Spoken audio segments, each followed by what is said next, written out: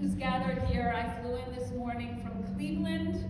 I'm thrilled to be here. I have a lot of family here also, Chicagoans who are here as well. So it's great to be with all of you. I want to speak a little bit about Jerry's project generally, and also about two sets of stained glass windows that I've had a personal connection to.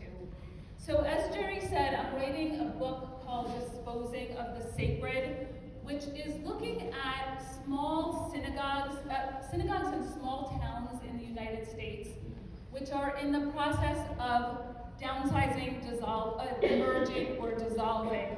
I'm talking about synagogues in the Deep South, synagogues in the Rust Belt, synagogues in post-industrial Midwest America that are going through significant changes because of the economic changes that are happening in the regions.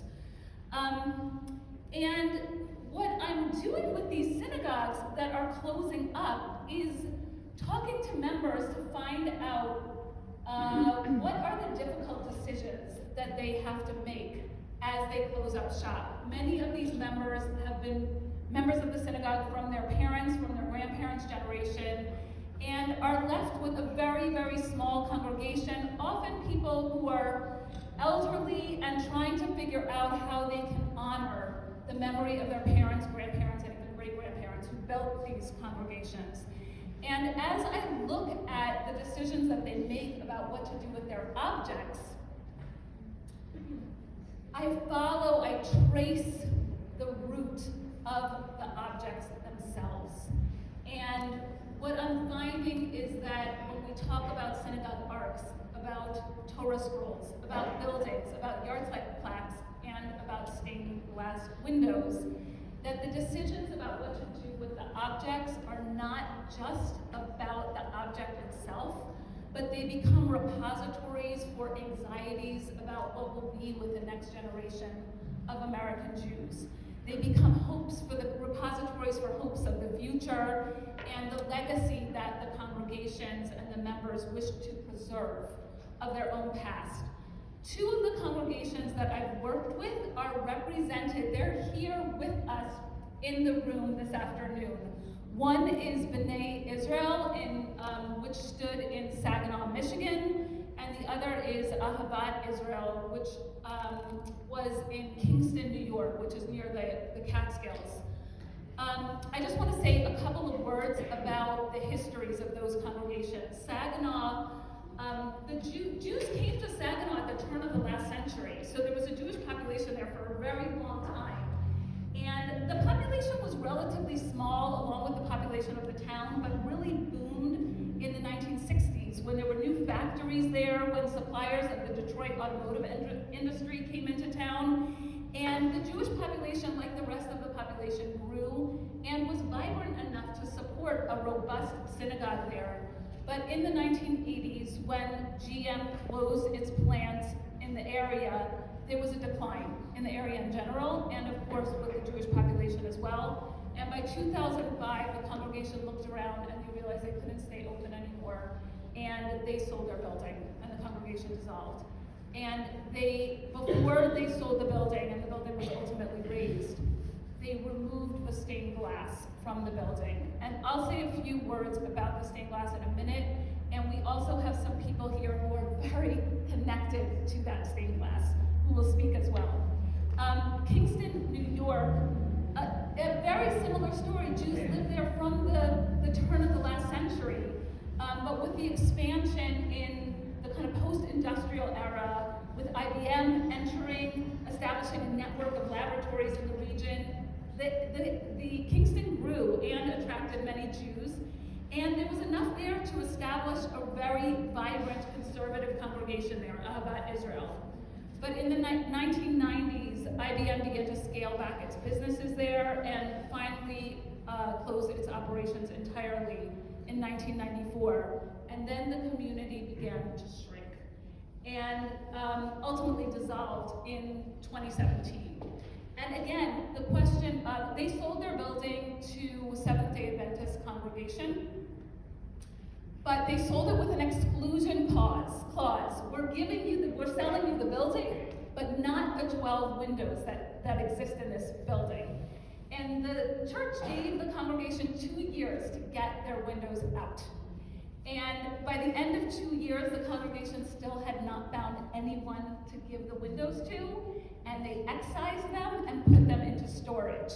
And then we kind of are going to fast forward to how Jerry comes into all of this and how your beautiful synagogue here comes into all of this. Stained glass represents a really difficult problem for congregations when they want to figure out how to preserve their legacy. Torah scrolls, not so much. Torah scrolls are portable and they fit in an ark in any congregation. But stained glass windows are costly to remove. To reinstall them elsewhere requires very creative, unusual solutions. And especially because stained glass windows are often designed in sets. So not just one that you're trying to figure out what to do with, but a set of 5 or 12, or in the case of the Saginaw windows, 16. What do you do with them? Interestingly, stained glass windows do not occupy a sacred status, a status of Kedusha, unlike a Torah scroll or even a synagogue building. But unlike other synagogue objects, they are particularly beloved by congregations. I've heard many congregations describe their windows as the soul of their congregation. In a way, they become a metonym for the building itself, for the people who gathered in the building, and for the history that the building once held. The windows from Saginaw, Michigan, we have here the daughter of Dave and Florence Ruskin, who donated the windows and who designed the windows. Dave Ruskin himself designed the windows. And I think I speak for you, Ray. You'll have a chance to speak and correct me if I get it wrong. But after many conversations with you, I have the sense that the windows hold the memory of your father who designed them, your own relationship to the congregation. Ray was the first bat mitzvah in the synagogue, and also the connection to the history of the Jewish history in Saginaw, Michigan. And so the question in 2005 of what was to become of them was very, very palpable and real.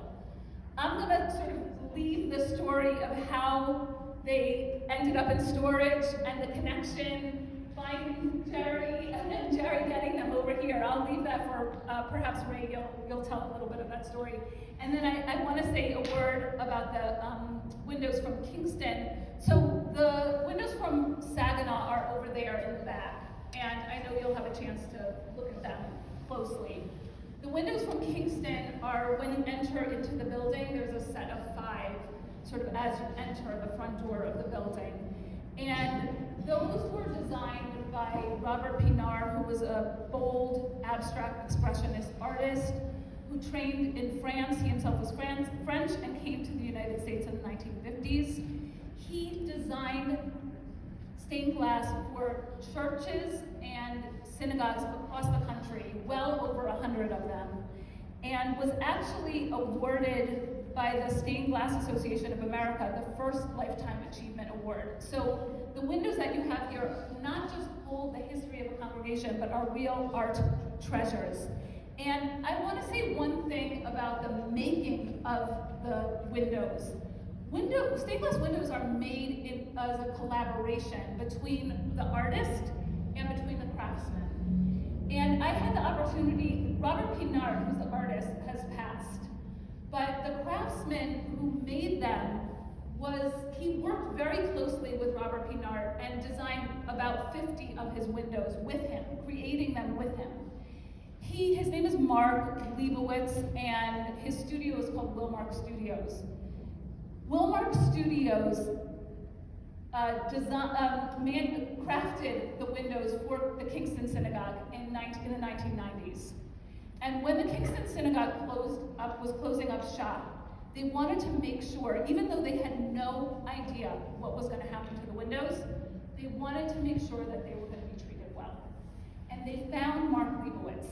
They found him after 30 years. They looked through their records. They found him. They called him up, and he came to Kingston to oversee oversee the project of removing the panels. And I came too, because I wanted to watch it happen. So I was there as they excised the windows and put them into crates. And I want to tell you, it was a really hard moment. I was there with members of the congregation. I was there with Mark and myself. It was really hard because you felt like this is the end of an era, and the windows are being put in crates, and you don't know what the next chapter is, or even if there'll be one.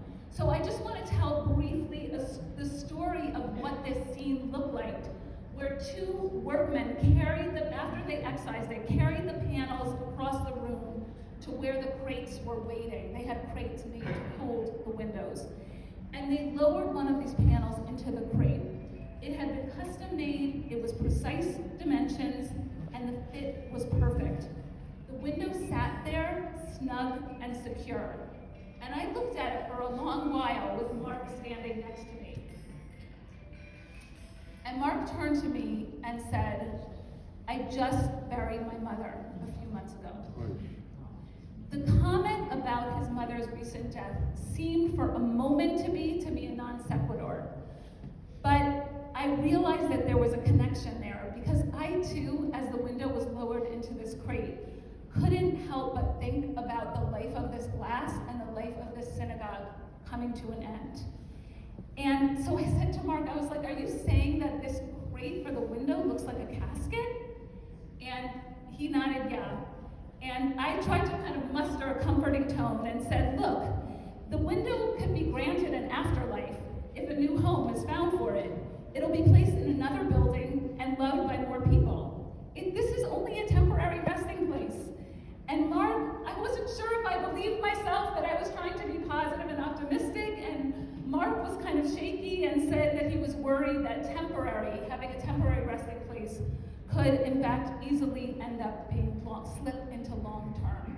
And it was really just less than a year afterwards that I connected through to Jerry through writing about this story, and Jerry has brought those windows here, and they are given new life.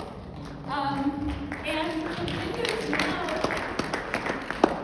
windows now hold the legacy of the Kingston congregation. These windows hold the legacy of the Saginaw congregation and of Ray's family, and they live among the tefillot, the prayers of the congregation here today. And it's beautiful, and I'm so happy to be part of it.